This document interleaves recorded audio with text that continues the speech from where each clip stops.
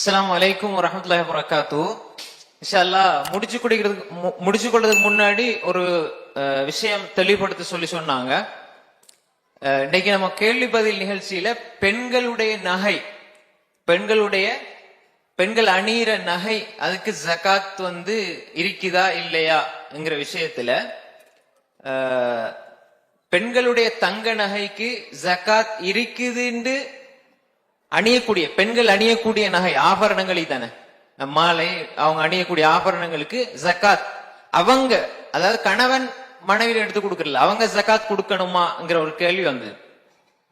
இந்த கருத்தை பொறுத்தவரை இதுல ஹதீஸ்கள் சம்பந்தமாக பெண்கள் அணியக்கூடிய ஆபரணங்களுக்கு ஜகாத் கொடுக்கிற சம்பந்தமா வரக்கூடிய ஹதீஸ்கள் நம்முடைய நிலைப்பாட்டின் அடிப்படையில் அனைத்துமே பலவீனமானது.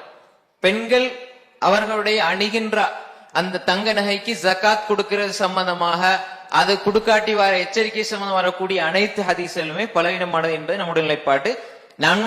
என்னுடைய அல்ல, நான் சரி காணுகிற பல அறிஞர்களுடைய கருத்து.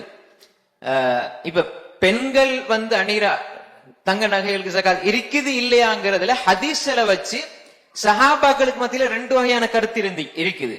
தாபியங்கள்லயும் ரெண்டு வகையான கருத்து இருக்கு. ஒரு கூட்டம் இருக்குதுன்னு சொல்லுவாங்க, இன்னொரு கூட்டம் இல்லைன்னு சொல்லுவாங்க. பொதுவா எல்லா விஷயங்களையும் கருத்து வேற்றுமை இருக்குது. ஆனா இல்லைன்னு சொல்ற அந்த ஆதாரங்களை பார்க்கும் பொழுது நமக்கு சரியா படுது. இன்னும் பல அறிஞர்கள் இருக்குதுன்ற கருத்தையும் சொல்றாங்க. அப்ப நம்ம இதுல எது சரியா படுதோ நம்ம அதை எடுத்துக்கொள்ளலாம். இது கருத்து வேற்றுமைக்குரிய ஒரு விஷயம் தான். அப்ப நம்முடைய கருத்து என்னன்னு சொன்னால் பெண்கள் அணிகின்ற நகைகளுக்கு ஜகாத் கிடையாது. அத சஹாபாக்கள்ல பலர் சொல்லியிருக்கிறாங்க. அது ஒரு பட்டியல் நான் ஒரு வீடியோல பேசியிருக்கிறேன். அது சம்பந்தமாக ஆய்வு பண்ணிருக்கேன். நீங்க யூடியூப்ல பாத்துக்கலாம். அப்ப சஹாபாக்கள்ல பல பேர் சொல்லியிருக்கிறாங்க. வலைசானே அப்ப அந்த அடிப்படையில பெண்கள் அணியக்கூடிய நகைகளுக்கு அவங்க ஜகாத் கொடுக்க தேவையில்லை. இப்ப இன்னொரு கருத்து இதுல வருதுன்னு சொன்னால் இந்த 10 பவுன் இருந்தா ஜகாத் கொடுக்க சொல்லப்படுதானே. ஜகாத் என்பது இந்த காசு பணத்தில்ங்கிறத நம்ம புரிஞ்சு வச்சிருக்கிறோம். தங்கம் வெள்ளி தான் ஜகாத் கொடுக்கிறது. பொதுவாக சஹாபாக்கள் தாபியன்கள் நபிசலாம் காலத்துல எல்லாம் இந்த கரன்சி எப்படி இருந்தது, அதாவது தங்கம் வெள்ளி தான். அப்ப தங்கம் வெள்ளிய வச்சு மதிப்பிட்டு இந்த காசுக்கு தான் நம்ம கையில இருக்கக்கூடிய காசு வருமானம் தானே. அந்த காசுல 10.5 பவுனுக்கு அளவுக்கு காசு இருந்தால் பணம் இருந்தால் அப்ப அதுல 2.5% கொடுக்கணும். புரியுதா உங்களுக்கு? காசு எவ்வளவு பெருமதியை வச்சு ஜகாத் கொடுக்கிறது? ஒரு ஆளுக்கு 2 லட்சம் இருந்தா ஜகாத் கடமையாண்டா இல்ல. 10.5 பவுனுக்கு எவ்வளவு பெருமானம் காசு இருக்குதோ அந்த காசை வச்சு நம்ம அதுக்கு நிசாப் அளவை பார்த்து அதுக்கு ஒரு வருஷம் பூர்த்தி ஆனால் 2.5% ஜகாத் கொடுக்கணும். அதுதான் தங்கத்துல 10.5 பவுனுக்கு ஜகாத் கொடுக்கிறதுங்கிறது. அதுதான் அது எப்படின்னா இப்ப உதாரணமா கணவனுடைய காசு இருக்குது, 50 லட்சம் இருக்குது. அவர் பாக்குறாரு 10.5 பவுனுக்கு மேல இருக்குது, மொத்தமா ஜகாத் கொடுக்கணும். இப்ப காசு எவ்வளவுக்கு ஜகாத் கொடுக்கிறது சொல்லுங்க. எவ்வளவு காசு வந்தா ஜகாத் கொடுக்கிறது? ஜகாத் எவ்வளவு காசு இருந்தா நீங்க ஜகாத் கொடுக்கணும்? எவ்வளவு இருந்தா? அதுக்கு அளவு எப்படி பார்க்கணும்? தங்க வெள்ளிய வச்சு, தங்கத்தை வச்சு பார்த்தா 10.5 பவுண்ட் அளவுக்கு காசு இருந்தால் அது நிசாப். அதுக்கு ஒரு வருஷம் பூர்த்தியான ஹவுல். அது கடையில செலவழிஞ்சு போச்சுன்னா ஜகாத் உண்டு இல்ல. புரியுதா உங்களுக்கு? அப்ப எனவே ஜகாத்துக்கு 2 ஷரத்து, நிசாபு ஹவுலும் இருக்கணும். இது காசு பணத்துக்கு. அப்ப அந்த அடிப்படையில தான் இந்த 10.5 பவுன்ங்கிற சப்ஜெக்ட் வருது. இப்ப பெண்கள் அணிவாங்க தானே. இப்ப கணவன் சம்பாதிக்கிறாரு, அது மாதிரி பெண்ணும் பிசினஸ் செய்யறாங்க, சம்பாதிக்கிறாங்கன்னா அவங்களுக்கு ஜகாத் இருக்குது.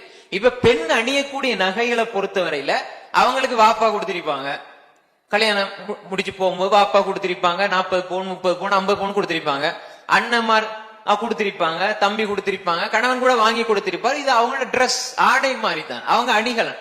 இப்ப அவங்க ஒரு அவங்ககிட்ட 40 பவுன் 25 30 பவுன் இருக்குன்னு சொன்னால் இப்ப 10.5 பவுனுக்கு ஜகாத் கொடுக்கணுமாண்டா இது அவங்க அவர்கள் அந்த சம்பாதிக்கிற இதல்ல, அவர்கிட்ட இருக்கிற ட்ரெஸ் அணிகலன் ஆடை என்ற பகுதிக்குள்ளதான் வரும். அந்த அடிப்படையில தான் ஜகாத் என்பது கிடையாது.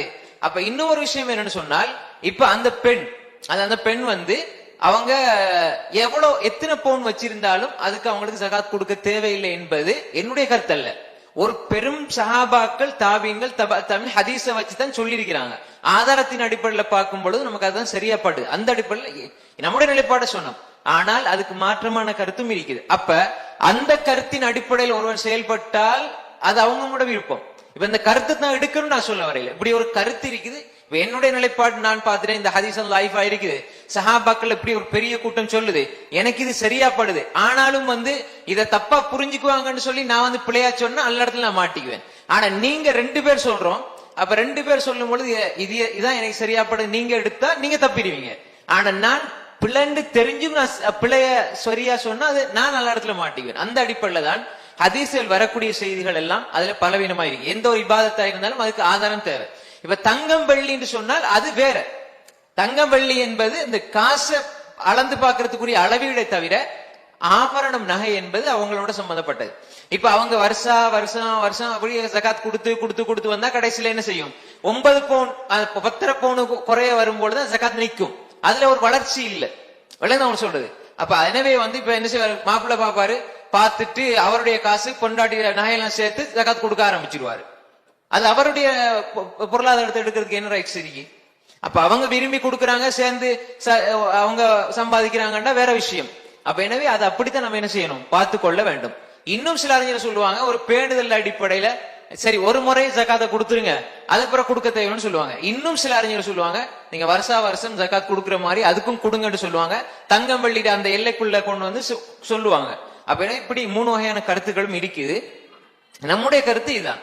அப்ப நீங்க கேட்ட கேள்வி என்னன்னா, இந்த 10 பவுன்ங்கிறது எதுக்குள்ள வருது, அதுக்கு ஜகாத் கொடுக்குறேன்டால் அது சம்பாத்தியத்துல வரும்பொழுது அந்த காசு பணத்தை அளவீடு செய்வதற்கான ஒரு நிர்ணயம் தான் அந்த 10 பவுன் என்பதை நம்ம புரிஞ்சு கொள்ள வேண்டும். இது கருத்துவற்றுமைக்குரிய விஷயம். இப்ப நான் சொன்னது நம்முடைய நிலைப்பாடு. இது மாதிரி நிறைய அறிஞர்கள் சொல்லி இருக்கிறாங்க. இன்னும் சில அறிஞர்கள் தமிழ் உலகத்திலும் சரி அரபு உலகத்திலும் சரி மாற்று கருத்தும் சொல்லி இருக்கிறாங்க. இப்ப நம்ம சொன்ன கருத்து பிள்ளையா சரியாண்டா, நாங்க சொல்ற கருத்து சஹாபாக்கள்ல ஆயிஷா ரலியல்லாஹு அன்ஹா எந்த ஹதீஸை யார் அந்த நரகத்தில வலையில போட்டுக்கணும்னு சொன்ன அந்த ஹதீஸை அறிவிக்கக்கூடிய ஆயிஷா நாயகி கூட இந்த நிலைப்பாடுல தான் இருக்கிறாங்க. அது மாதிரி நிறைய சஹாபாக்கள், ஒரு 7-10 சஹாபாக்கள் இந்த நிலைப்பாடுல இருக்கிறாங்க. அப்ப எனவே நம்முடைய நிலைப்பாடு பிள்ளைன்னா நீங்க அந்த சஹாபம் பிள்ளைன்னு பார்க்கணும். அப்ப எனவே இது பிள்ளையான அப்படின்னு ஒரு பார்வை இருந்தால், அப்ப எனவே இந்த கருத்து ஒரு பக்கத்துல இருக்குது, இப்படியும் ஒரு கருத்து இருக்குது. உங்களுக்கு எது சரியாப்படுதோ அந்த அடிப்படையில் எடுத்துக்கொள்ளலாம் இன்ஷா அல்லாஹ். புரிஞ்சுதா? வேற எதுவுமே இருக்கியா? ஓகே, ஜஸாக்கல்லாஹ் கைர். சுப்ஹானக்கல்லாஹு வபிஹம்திக், அஷ்ஹது அல்லா இலாஹா இல்லா அன்த, அஸ்தக்ஃபிருக வ அத்தூபு இலைக்.